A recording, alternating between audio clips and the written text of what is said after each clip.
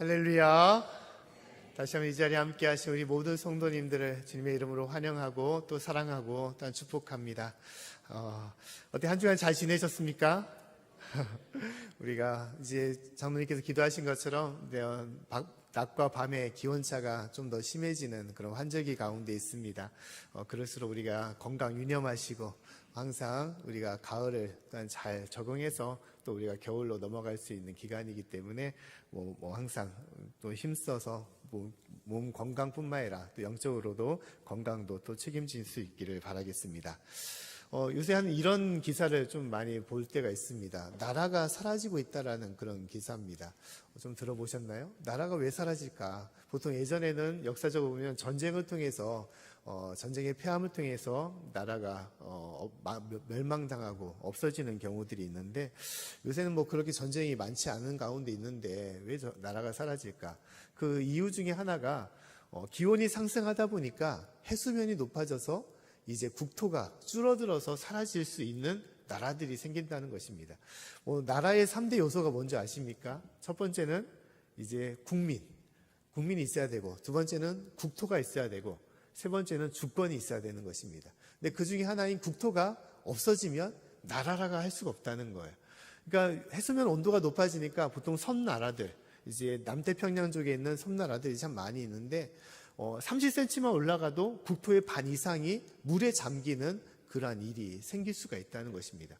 그래서 갈수록 온난화가 심해지다 보니까 해수면이 조금씩 높아져서 이제 국토가 잠기는 그런 일이 발생되어 사라지는 나라가 생길 수 있다는 것입니다. 또 한 이유는 무엇이냐? 해수면뿐만 아니라 또 다른 이유는 출생률이 저조해서 사라질 수가 있다는 거예요. 그것은 뭡니까?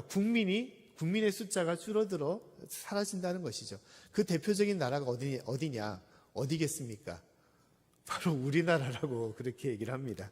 옥스퍼드 인구문제연구소에서 발표하기를 한국의 저출산 문제가 참 심각하다. 그래서 지구상에서 가장 먼저 사라질 나라가 되지 않을까라는 그러한 우울한 전망을 내놓았다고 합니다.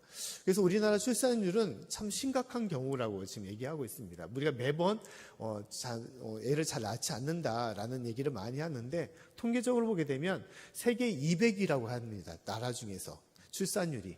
그래서 그 맨꼴찌라고 할 수 있는 그러한 출산율을 가지고 있는 것이 우리나라의 모습이라는 거예요. 그래서 보통 현상 유지를 하기 위해서 했으면 이제 부부 한 가정에서 2명 정도를 낳아야만이 현상 유지가 될 수 있는데 우리나라는 어떠냐? 1명도 아니고 몇 프로냐?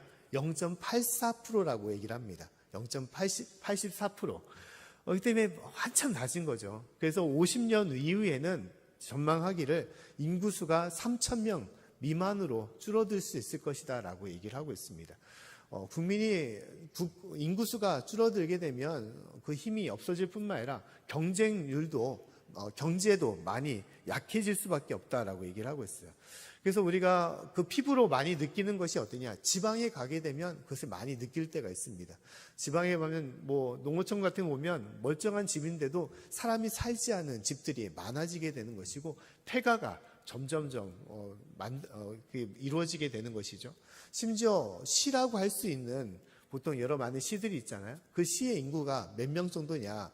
예전에는 한 4, 50명 정도 되는데 지금은 10만이 좀 넘는 그런 숫자에 불과하다는 것입니다.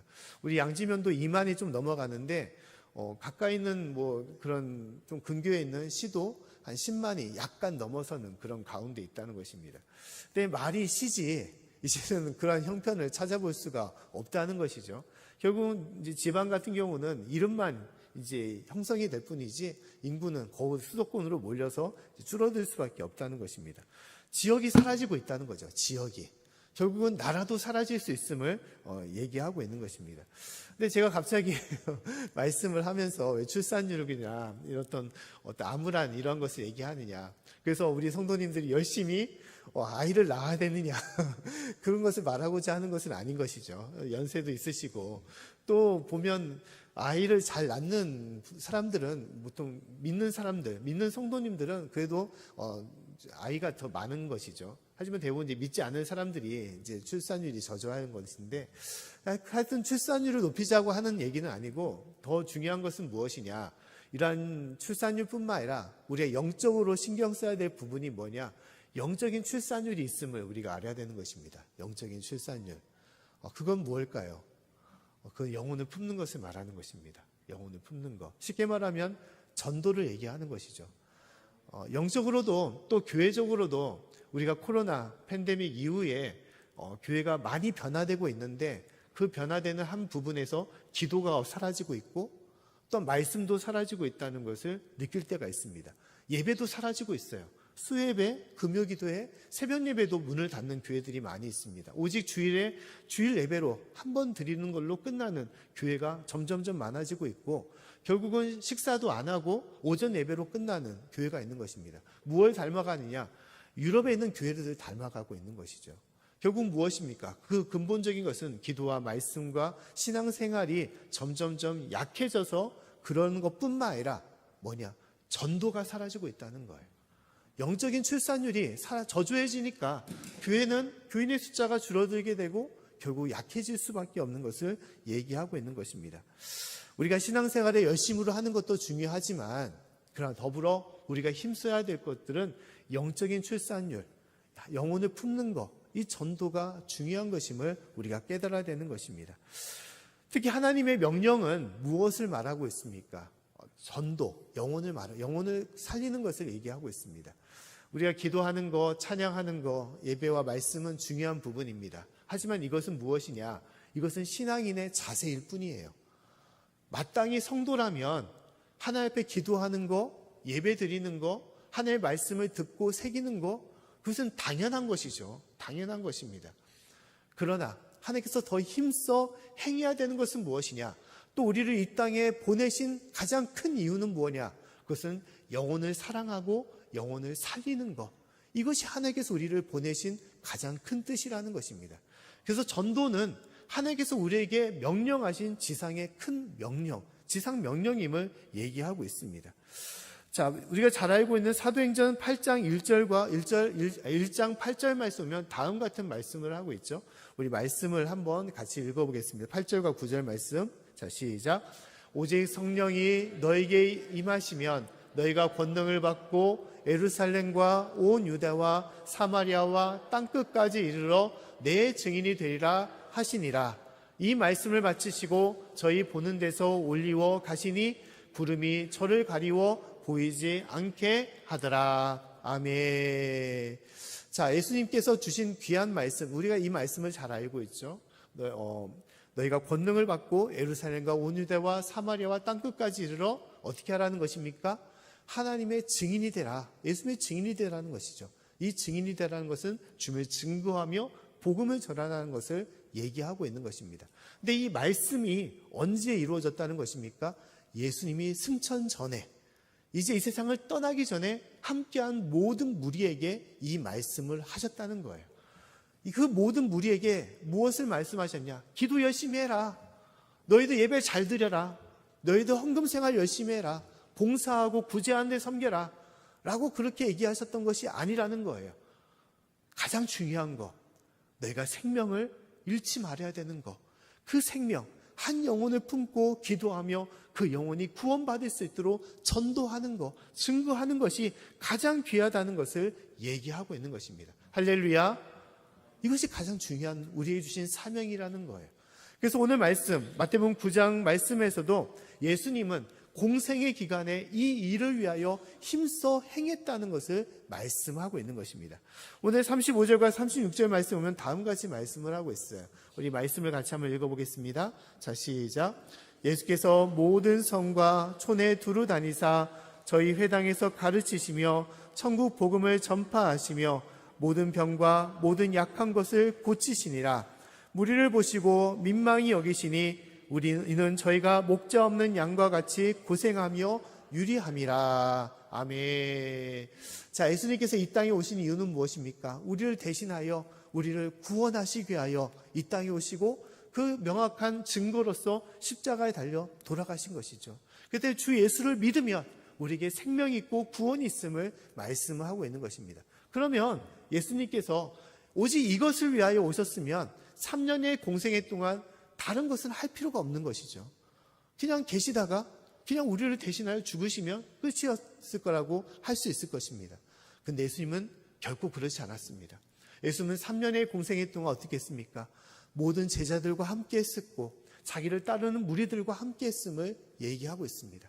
심지어 그들 가운데 어려운 이들을 위해서 예수님께서 함께 하시고 또한 아파하는 일, 질병이 있는 이들을 고치시고 또한 귀신 들린 자를 주님께서는 그 귀신을 쫓아내는 그러한 역사를 행했던 것입니다. 더불어 더 중요한 것은 뭐냐? 제자들과 더불어 오늘의 말씀처럼 가르치시며 천국 복음을 전하셨다라고 말씀을 하고 있는 것이죠. 이것이 예수님의 사역이었음을 얘기하는 것입니다. 우리에게 주신 말씀도 이 땅의 증인이 되라, 복음을 전하라고 하셨을 뿐만 아니라 제자들과 더불어 예수님은 그 복음을 전하는데 힘써 행했음을 얘기하고 있는 것입니다. 하나님은 우리에게 그와 같이 말씀하는 거예요. 이 땅에 살아가면서 우리가 진심으로 마음을 품고 우리가 행해야 될 것은 무엇이냐? 그것은 영혼을 살리는 것, 영혼을 구원하는 것임을 얘기하고 있는 것입니다. 사랑하는 성도 여러분, 진실로 주님의 마음을 품고 진실로 한 영혼이 귀한 것임을 잊지 마시고 그 영혼을 살리는 데서 또 주님의 복음을 전하는 데 있어서 힘써 행할 수 있는 저와 여러분의 삶이 되기를 간절히 축원합니다. 특히 우리가 전도를 행하는 데 있어서 우리가 가져야 될 가장 두 가지의 귀한 마음이 있습니다. 그 첫 번째는 무엇이냐? 하나님의 마음을 품고 예수님처럼 긍휼히 여기는 마음을 가져야 된다는 거예요. 오늘 36절의 말씀은 예수님께서 복음을 전하면서 어떠한 마음을 가지셨냐? 36절에 보면 무리를 보시고 어떠냐? 민망히 여기셨다라고 말씀을 하고 있어요. 민망히 여겼다. 민망히 여겼다는 뜻은 무엇입니까? 불쌍히 여겼다는 것을 말하는 거예요. 불쌍히 여겼다. 긍휼한 마음을 알게 하는 거죠. 그들을 사랑할 뿐만 아니라 그들의 처한 환경을 보고 진실로 마음에 슬퍼하며 애통했다라는 것을 얘기하는 것입니다. 그들이 어떻게 했길래 후반절에 보면 저희가 어땠냐? 목자 없는 양같이 고생하며 유리했다라고 말하고 있습니다. 목자 없는 양같이 보였다는 거예요. 목자 없는 양의 모습은 어떻습니까? 들판에 많은 양떼들이 있는데 그 양떼들이 무리지어서 들판을 다니면서 행하는데 그들이 번성하고 편안하고 좋았겠느냐? 결코 그렇지 않다는 것입니다. 왜냐하면 그들 가운데 뭐가 없기 때문에? 목자가 없기 때문에. 다른 무리들은 여러 많은 동물들의 무리가 있죠. 그들에게 있어서 목자가 필요하냐? 결코 필요하지 않습니다. 다른 여러 짐승떼들은 다니면서 자신의 무리를 지어 모든 것을 행할 수 있기 때문인 거죠. 근데 양무리는 결코 그렇지 않다는 거예요. 양무리는 본인들을 지킬 힘도 없을 뿐만 아니라 맹수나 늑대가 왔으면 그로 해서 다 잡혀먹고 또 심지어 그들은 자신의 길을 바로 인도할 그런 것이 없기 때문에 그들 가운데 가장 필요한 것은 바로 목자인 것이에요. 근데 당시에 함께했던 그 모든 사람들, 그 백성들이 목자 없는 양과 같이 참으로 고생하며 유리함을 보고 예수님께서 민망히 여기셨다라고 말씀하고 있습니다. 당시에 이스라엘 백성들의 그들을 이끌어가는 목자, 선한 목자와 같은 사람이 없었느냐? 꼭 그렇지는 않았습니다. 특히 이스라엘은 어떤 나라입니까? 하나님의 나라죠. 하나님의 율법과 말씀이 있는 것이고 그 율법에 따라 제사장들과 또 많은 서기관들, 또한 레위인들, 사두개인들, 바리새인들, 많은 지도자들이 있었습니다. 그럼에도 불구하고 예수는 뭐라고 말씀하십니까? 목자가 없다라고 말하고 있어요. 목자가 없다. 이 목자는 선한 목자를 말하는데 진실로 이 함께하는 이웃들, 이 성도들, 이 사람들을 보고 불쌍히 여기는 마음, 아파하는 마음, 같이 함께하는 그런 마음이 없기 때문에 그들은 그들 가운데 목자가 없다라고 얘기를 하고 있습니다. 하나님께서는 무엇을 말합니까? 하나님의 복음을 전하고 또 진실로 영혼을 품는 데서 중요한 것은 이 민망히 여기는 이런 마음, 긍휼한 마음을 우리가 갖기를 원한다는 거예요. 긍휼한 마음을 가지고 한 영혼을 바라보기를 원한다는 것입니다. 진실로 그냥 내가 지도자로서 다스리고 통치하는 것이 아니라 하나님께서 보내신 나의 귀한 뜻을 알고 한 영혼을 귀하게 여기며 그 영혼을 사랑하고 그 영혼을 돌볼 수 있는 그러한 마음을 갖기를 원하는 것이죠. 특히 이 마음은 전도자가 가져야 될 마음임을 얘기하고 있는 것입니다. 전도자는 선한 목자와 같이 하나님의 마음, 예수님의 마음을 품고 그 영혼을 사랑하며 그 영혼을 돌볼 수 있는 마음을 가져야 되는 거예요. 특히 그 영혼이 주님을 알지 못하여 이 땅에서 주님의 주시는 그 축복을 누리지 못하고 또 죽음 이후에 하나님 앞에 나아갈 때 주님을 알지 못하여 영원한 지옥으로 간다면 그 영혼이 얼마나 불쌍한 영혼인지를 그 마음을 깨닫고 진실로 그 마음으로 전할 수 있는 것, 그 영혼이 하나님 앞에 참된 전도자의 모습임을 얘기하고 있는 것입니다. 사랑하는 성도 여러분, 진실로 주님의 이 마음인 긍휼한 마음을 품고 한 영혼을 바라보시고 나아갈 수 있기를 간절히 축원합니다. 우리가 사람이 살아갈 때 거듭나는, 좀 성장하는 두 가지의 큰 과정이 있다고 합니다. 그 첫 번째 과정은 무엇이냐? 남자에 해당되는데 군대를 갈 때 사람이 많이 성장을 한다는 것이죠. 왜 그렇습니까? 집을 떠나고 이제 부모의 품을 떠나다 보니까 부모님이 얼마나 좋았던 것인지를 깨닫게 된다는 것이죠.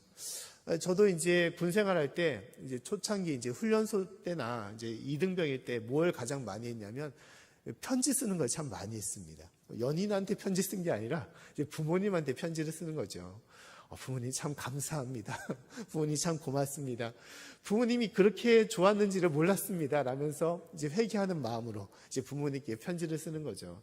집을 떠난 것이 얼마나 좀 힘든 것인지, 또 부모님의 품 안에 있던 것이 얼마나 감사한 건지를 그때 깨닫고 진실로 부모님의 사랑을 알고 부모님을 소중하게 생각하는 그런 마음을 이제 품게 되는 것이죠.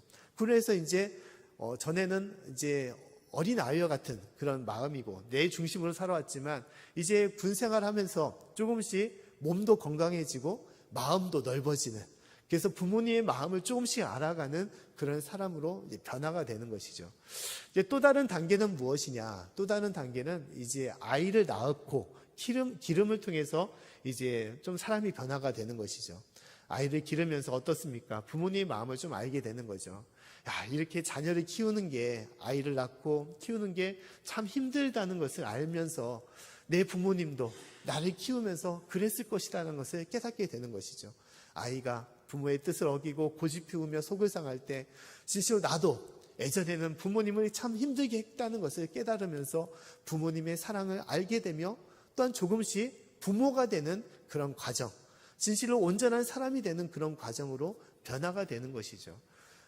이런 과정을 통해서 사람이라고 할 수가 있는 것이죠. 근데 요새는 세태가 어떻습니까? 출산을 하지 않고 아이를 키우지 못하니까 이런 부모의 마음을 모르게 되는 것이죠. 진실로 누군가를 사랑할 수 있는 그런 마음을 모르고 살아가는 경우들이 많이 있다는 거예요.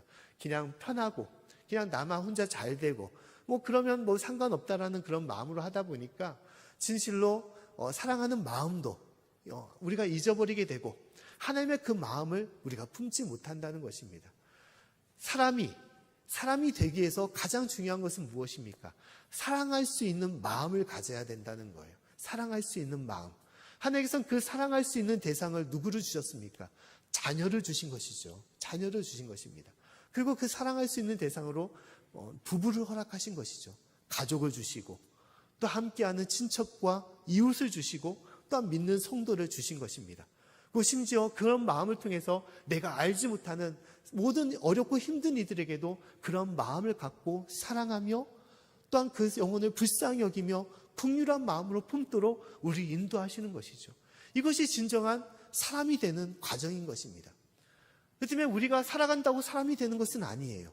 하나님의 마음을 품고 사랑하는 마음을 가져야만이 진정한 사람이 되고 하나님의 성도가 될 수 있음을 얘기하는 것입니다. 그 때문에 전도라는 것이 중요한 이유는 무엇입니까? 전도가 중요한 것은 한 영혼에 대한 긍휼한 마음, 사랑하는 마음을 갖게 되는 것이고 그 영혼을 내 마음에 품되 아이를 잉태하며 아이를 내가 품에 품는 것처럼 그 영혼을 품고 기도하며 그 영혼이 하나님 품으로 나오도록 인도할 때 진실로 그 성도가 주님의 마음을 품며 온전해질 수 있는 삶이 됨을 얘기하고 있는 것입니다. 하나님께서는 그러한 마음으로 전도를 하라는 것, 영혼을 품으라는 가장 큰 뜻은 무엇입니까? 이러한 하나님의 마음을 너희도 가지라고 말씀을 하고 있다는 거예요. 할렐루야. 우리가 노방전도를 하게 되면 쉬운 것은 아닙니다. 우리가 전도를 때 전도지를 주거나 이제 여러 전도 물품을 주는데 어떤 사람들은 쳐다도 보지도 않고 가시는 분이 있어요. 그냥 뭐 이상한 사람이 있냐 하면서 그냥 가시는 분도 있고, 받아서 심지어 버리고 가시는 분도 있죠. 그런 마음이 속상할 수밖에 없죠. 속상할 수밖에 없습니다. 마음 같아서는 그냥 전하면 다 믿고 진짜 하나님을 알고 그 삶이 변화되어 감사와 기쁨이 넘치는 가정이 되고 그 삶이 더 또 행복해질 수 있는데, 그 가장 중요한 영원한 생명을 이룰 수가 있는데 그것을 하지 못하는 것에 대해서 안타까운 마음이 생기게 되는 거죠. 속상한 마음도 있지만 더불어서 그 영혼이 하나님만을 믿는다면 얼마나 좋을 건지라는 그런 마음, 그런 애틋한 그런 긍휼의 마음이 우리 가운데 있기 때문에 하나님께서는 뭐라고 말씀하십니까? 전도하라는 거죠. 전도하라. 한 영혼을 품으라는 것입니다. 품지 않고 어떻게 하나님의 마음을 알고 한 영혼의 소중함을 너희가 알 수 있느냐?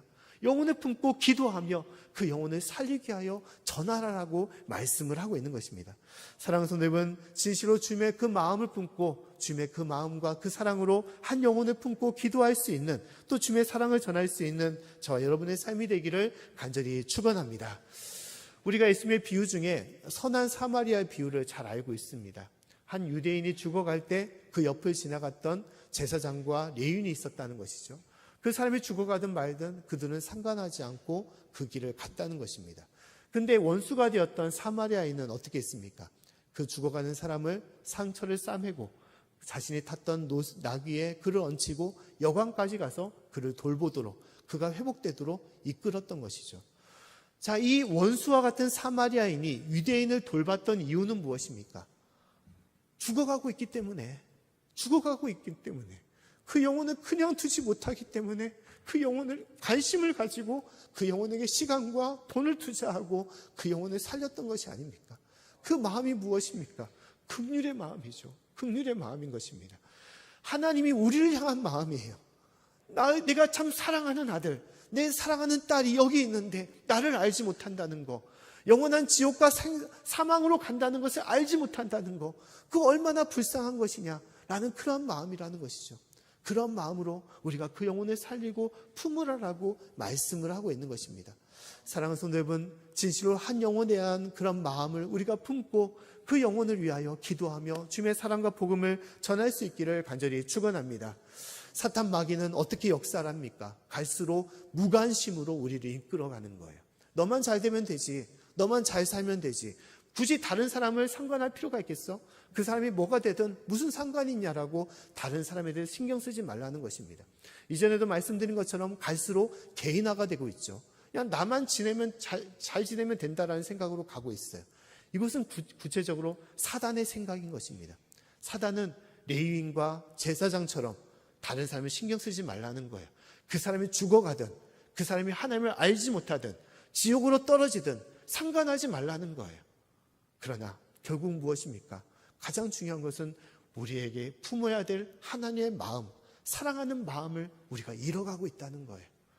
다른 사람을 돌아보며 다른 사람과 함께 해야 되며 다른 사람을 섬겨야 되는, 주님께서 나를 사랑하듯이 그 마음으로 다른 사람을 사랑해야 되는데 우리는 그 마음을 잃어가고 있다는 것입니다.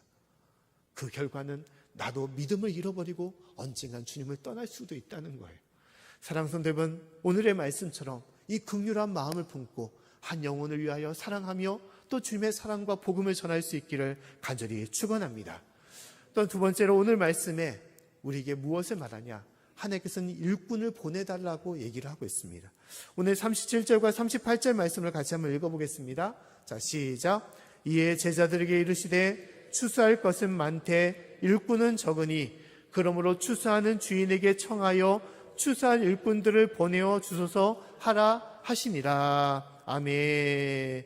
자, 제자를 통하여 예수님께서 뭐라고 말씀하십니까? 주인에게는 하나님을 말하는 것이죠. 하나님에게 추수할 일꾼을 보내달라고 청하라라고 얘기하는 것이죠. 자, 추수할 일꾼을 보내달라는 것입니다. 근데 우리가 생각해야 될 것은 하나님의 일꾼을 뭐라고 말하냐? 추수할 일꾼이라고 얘기를 하는 것이죠. 달리 말하면 어떻습니까? 씨를 뿌리고 또한 그것에 대하여 어떤 비료를 주고 또 물을 주고 또한 여러 가지 농사일을 하는 그러한 일꾼을 보내달라는 것이 아니라는 거예요. 단지 뭐냐? 추수할 일뿐이라는 거예요.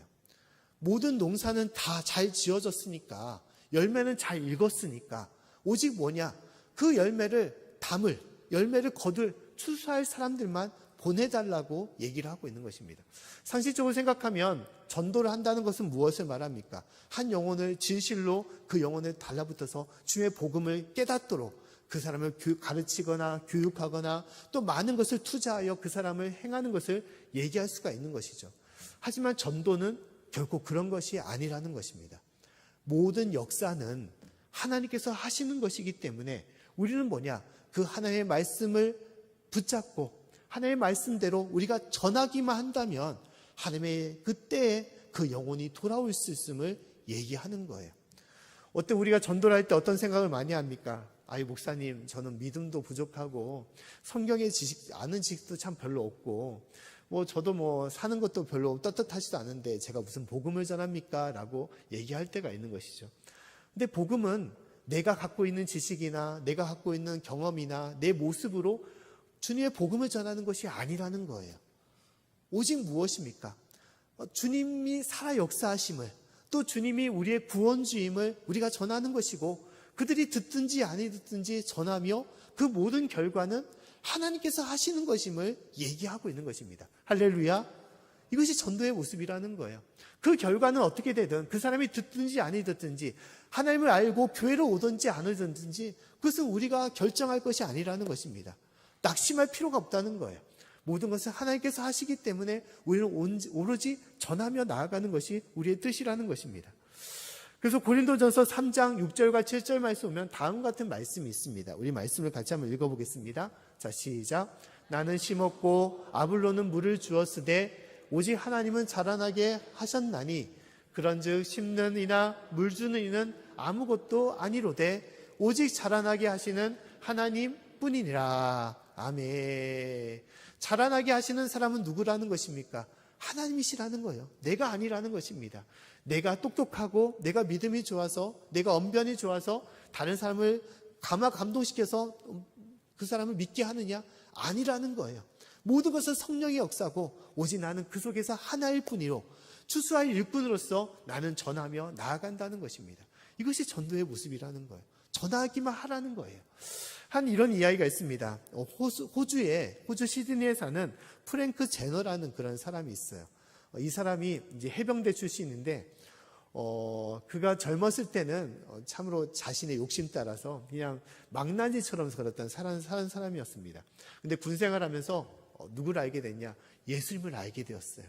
그러고 나서 자신이 얼마나 죄악된 세상으로 살았는지, 얼마나 잘못 살았는지를 그가 깨닫고 그가 변화되게 되었던 것입니다. 그러고 나서 예수를 믿고 나서 그 인생이 180도로 바뀌게 되었어요. 모든 것이 감사와 기쁨이 넘쳤고 그 가정에는 항상 주님의 사랑과 웃음이 넘쳤고 행복한 삶이 되었던 것이에요. 그러면서 그가 다시 한번 생각하는 것은 뭐냐? 하나님께서 나에게 주신 이 은혜를 왜 나만 누리고 살아갈 수가 있느냐? 그건 아니지 않느냐? 그래서 그는 전도의 마음을 깨닫고 그가 전도에 힘쓰게 되었던 것입니다. 그래서 그가 결정하기를 내가 믿음이 좋은 것도 아니니까 나는 한 장소에 가서 내가 매일 하루에 10사람씩 내가 전도하겠다라는 그런 생각으로 전도를 했다는 것입니다. 그래서 호주 시드니에 있는 한 역에 가가지고 매일 10사람에게 복음을 전했는데 매일 빠지지 않고 그렇게 전했다는 것입니다. 근데 이 사람이 어떻게 복음을 전했냐? 단 3가지의 말을 했다는 거예요. 다른 말 필요 없이 3가지의 말을 했다는 것입니다. 그 첫 번째는 뭐냐? Excuse me. 신뢰합니다. 인사를 하는 것이죠. 신뢰합니다라고 그렇게 전했던 것이고, 두 번째는 뭐냐? 당신은 구원받았습니까? 라고 전했다는 거예요. 구원받았습니까? 그리고 세 번째 말은 뭐냐? 당신은 지금 죽으면 당신은 천국에 갈 수 있습니까? 라고 전했다는 거예요. 이 3가지의 말, 신뢰합니다. 안녕하십니까? 라는 말과 당신은 구원받았습니까? 지금 죽으면 천국에 갈 수 있습니까? 라는 그런 3가지의 말을 했다는 거예요. 그것을 몇 년 동안? 40년 동안 했다는 거예요. 그러면 이 사람은 대충 몇 사람을 전도를 했겠습니까? 1년에 한 사람만 전도를 해도 40명 이상은 전도하고 100명 정도는 전도할 수 있지 않았겠습니까? 근데 놀랍게도 이 프랭크 제너라는 사람은 한 사람도 전도를 하지 못했다는 거예요. 한 사람도. 그리고 이 사람을 이제 대부분 사람들이 안타까워하죠. 매일 그렇게 전도에 힘쓰는데. 그래서 안타까운 마음으로 별칭을 줬는데 열매 없는 열심이라고 별칭을 줬다는 것입니다. 열심으로 하는데 열매가 없다는 거예요. 참 안타까운 모습인 것이죠. 그러고 나서 그 프랭크 제너라는 사람이 이제 나이가 들어서 이제 죽음을, 하나님의 부르심을 받게 되었습니다. 근데 놀라운 것은 뭐냐? 그의 장례식 때 있었던 것인데 한 목사님이, 한 번도 연고가 없는 목사님이 이 장례식에 참석을 하게 되었어요. 그러고 나서 그 목사님께서 이제 보통 외국에 보면 나와서 이제 고인에 있는 관 앞에서 이제 고인에 관한 그런 얘기를 하지 않습니까? 근데 이 목사님이 이제 허락을 받아서 나와서 얘기를 하는데 무슨 얘기를 했냐? 이 프랭크 제너라는 분이 전도를 해서, 그래서 그 사람을 통해서 하나님을 알게 된 사람이 몇 명이냐? 14만 6천 명이 하나님의 구원을 받았다라고 얘기를 하는 거예요. 이게 무슨 얘기냐? 황당한 거죠. 한 번도 제너라는 사람이, 전도한 사람이 없는데 어떻게 14만 6천 명이 구원을 받았냐? 근데 이 목사님은 어떤 분이냐면 전 세계를 돌아다니면서 이제 전도 집회를 하는 그런 집회 부흥 강사님이셨어요. 근데 어느 날 어떤 나라에 가서 부흥 집회를 하는데 어떤 분이 끝나고 나서 본인의 간증을 하는데, 어떤 간증이냐? 본인이 여행 중에 호주를 가게 되었는데 한 사람을 만났다는 거예요. 근데 그 사람한테 무슨 얘기를 들었냐? 당신은 구원받았습니까? 그리고 지금 죽으면 천국에 갈 수 있습니까? 라는 그런 얘기를 들었다는 거예요. 그래서 그 얘기를 듣고 뭐 희한한 사람이 있네? 라고 생각을 했는데 돌아오는 비행기 편에서 항상 그 소리가 떠나지 않았다는 거예요. 당신은 구원받았느냐? 당신은 지금 죽으면 천국 갈 수 있느냐? 그 소리가 계속 맴돌면서 그가 깨닫게 되었다는 것입니다. 그래, 나도 하나님을 믿어야겠구나. 이렇게 살다가 죽으면 안 되지. 하나님을 알아야겠구나. 그가 하나님을 알게 되고 교회를 나오며 섬기게 되었다는 것입니다. 근데 그 사람이 그 한 사람뿐이 아니었다는 거예요. 그 목사님이 곳곳을 가는 곳마다 그런 사람들이 있었다는 거예요. 어떤 사람은 변화되어 단순히 믿는 것으로 끝나는 것이 아니라 목사가 된 사람도 있고, 또한 선교사가 된 사람도 있고, 주님을 진실로 증거하는 그런 사람이 되는 사람도 있어서 그 사람의 숫자를 알아보니까 그 10만 명이 넘는 그런 사람들이 있었다는 거예요. 프랭크 제너라는 사람은 생전에 한 번도 열매를 보지는 못했지만, 그러나 열매가 없었던 것이 아니라 하나님의 위대한 역사가 그 가운데 있었음을 얘기하고 있는 것입니다. 사랑하는 성도 여러분, 하나님께서는 누구를 부르십니까? 추수할 일꾼을 부르시는 거예요. 농사 짓는 일꾼이 아닙니다. 땀을 흘리면서 열매를 뿌리고 열매를 맺으라는 그런 일꾼이 아니에요. 너희는 단지 하나님의 복음, 하나님을 믿고 섬기라는 그 복음을 전하는 것이 우리의 주신 사명이라는 것입니다. 전도라는 것은 어려운 것이 아니에요. 단순하게 두 말만 하면 되는 것입니다. 예수 믿으십니까? 예수 믿으면 너무 좋습니다. 한번 꼭 믿으십시오. 이걸 전하는 거예요. 믿기만 한다면 그 앞에 우리에게 축복이 있고 영원한 생명이 있는데 왜 그것을 알지 못하며 그것을 행하지 못하냐? 우리가 그것을 전하는 것이 우리에게 주신 사명인 것입니다. 사랑하는 모든 성도 여러분, 주님 부르시는 그날까지 우리에게 주신 사명을 잊지 마시고 오늘의 말씀처럼 하나님의 마음, 한 영혼을 진실로 사랑하는 긍휼히 여기는 그 마음을 품고 우리는 주님의 진실을 추수할 일꾼으로서 도구로서 보냄받은 것을 잊지 마시고 주님의 그 일을 행할 수 있는 저와 여러분의 삶이 되기를 간절히 축원합니다.